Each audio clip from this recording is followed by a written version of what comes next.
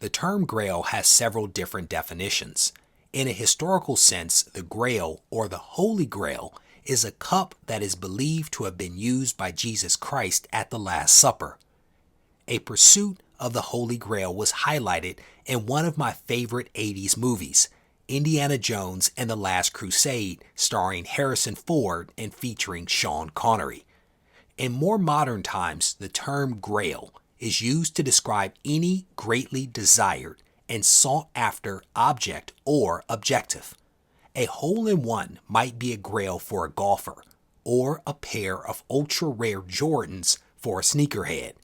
And when it comes to comics, we too have our grails. Reggie here, and I want to welcome you to another one of my videos. In this video, we are going to take a look at some mega grails that I have in my collection. And the very first book that we're going to look at is this one right here, Amazing Spider-Man issue number 1. This is actually the second copy of this book that I have in my collection. The very first copy that I purchased raw several years ago turned out to have some pieces added to it, along with some color touch and some other stuff. And I was definitely discouraged when that was discovered, but I immediately started working extra hard to be able to replace that copy with a better copy. This came back at a 3.0.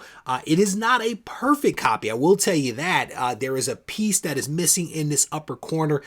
There are some other defects that are apparent, especially pressable defects. There's a chance that this one could actually get a higher grade.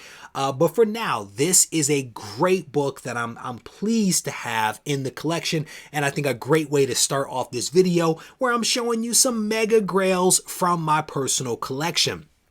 Speaking of mega grails, this next one is a special book. It is a special book for lots of reasons. This is Fantastic Four issue number 1, and this book has all types of historical significance to it. It was Stan Lee's shot on goal. It was his wife that encouraged him to tell a story that he wanted to tell, and it was a superhero story, the Fantastic Four, which gave us all of the great superheroes that we enjoy now that have come out of Marvel. This is an amazing book, and like the Amazing Spider-Man issue number 1, this book definitely has some defects that are apparent through the case.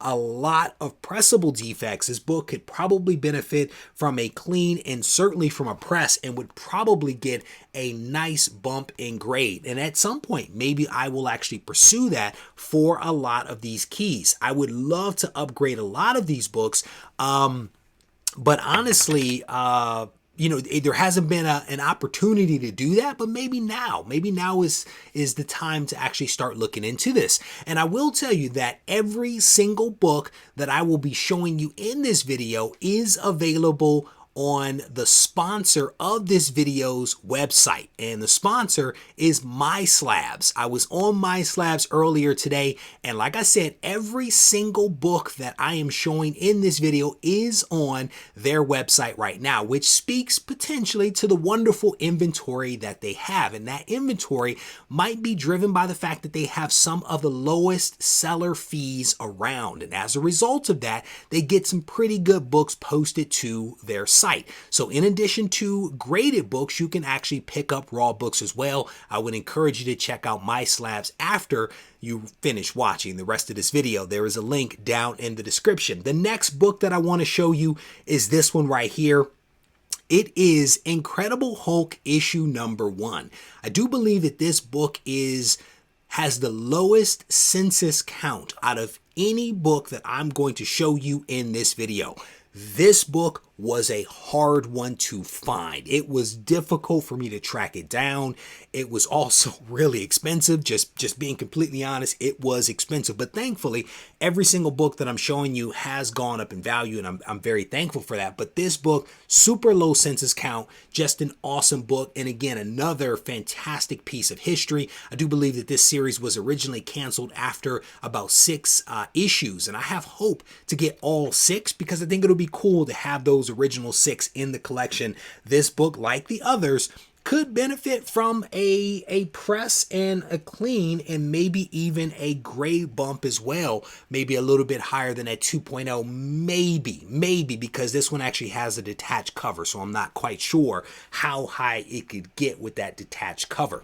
The next book that I'll show you is not a Silver Age book. It's not a Silver Age book, but it is a very special book to me, and I think will also highlight how I am choosing to define Grail. So let me show you the book, and then I'll give you the definition on the other side. This is Amazing Spider-Man issue number 300. And as you hear that, you're probably like, that's not really a special book. It's kind of a common book. It is a awesome key, don't get me wrong, but a Mega Grail, what makes this book a Mega Grail in my mind is that it is actually triple signed. It is triple signed by David Michelini, and I think I'm pronouncing that correctly, Todd McFarlane. Both of those signatures were added by a facilitator on my behalf, but the more important signature on this book is from Stan Lee. I literally stood across the table while Stan Lee signed this book for me, and that was shortly before he passed away. So a really awesome book, and what makes it a Grail, Mega Grail in my mind, is the fact that it's triple signed, but more importantly, it is the fact that it's a book that I personally had signed by Stan. And if you grew up reading Marvel Comics and reading Marvel Comics at a time where Stan was like editor, where he was leaving his notes and commentary in comics, you almost could hear Stan's voice in your head. And that was a magical experience for me to actually be across the table meeting him. So clearly my definition for Mega Grail isn't just pricey comics. It's also harder to get comics, and also those that have some meaning to them, either to me personally or to the comic book hobby or to Marvel. So this next book that I'll show you is again, it fits right in that genre. X-Men issue number 1. I love the X-Men. Not necessarily this version of the X-Men, but without this version of the X-Men, I would not have been able to get my version of the X-Men, which is the team that is shown in Giant Size X-Men. But this is a mega key, no doubt about it. I was able to pick this book up, like many of the others here, several years ago. Very thankful that I was able to get these books at the time that I did. This too might benefit from a clean and a press.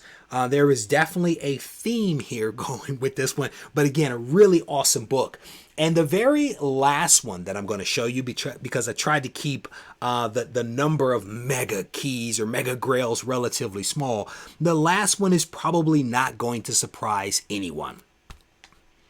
Amazing Fantasy 15, my favorite character, Peter Parker, aka Spider-Man, his first appearance right here. I actually picked this book up during a Instagram claim sale during the pandemic. Like right at the beginning of the pandemic, I was able to pick this book up. The price of this has just gone through the roof. It really has. At various points, I was very surprised by how much this book was going for. Again, I am very, very thankful to have this one in my collection.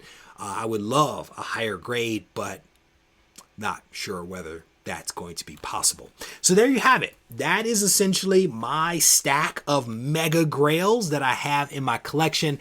I hope that you all enjoyed this video, and if you did, I certainly want to encourage you to leave your comments behind, give the video a thumbs up, and as always, if you need to reach out to me, feel free to do so on Instagram at Regie Collects. Take care.